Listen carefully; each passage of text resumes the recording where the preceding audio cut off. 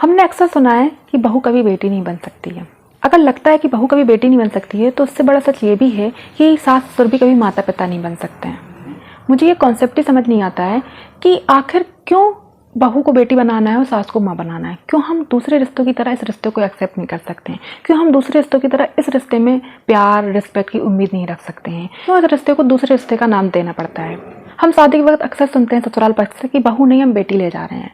फिर वही लोग उसकी छोटी छोटी गलतियों को हाईलाइट करते हैं और उसे ताने मारते हैं उन गलतियों पर, उसे ना जाने क्या क्या सुनाते हैं।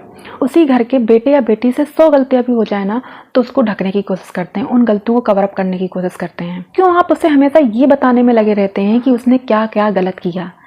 कभी उसके करने पर उसे अप्रिशिएट करना है, उसकी तारीफ करनी है, ये कभी क्यों नहीं सोचा? उसने शायद मायके में एक गिलास पानी भी भर के नहीं पिया हो, लेकिन वो यहाँ पर अपना 100% देने की कोशिश करती है। तो क्यों वो एक तारीफ के लायक नहीं है? क्यों सिर्फ उसमें गलतियां ही गिनाई जाती हैं? क्यों उसमें कमियां ही गिनाई जाती हैं?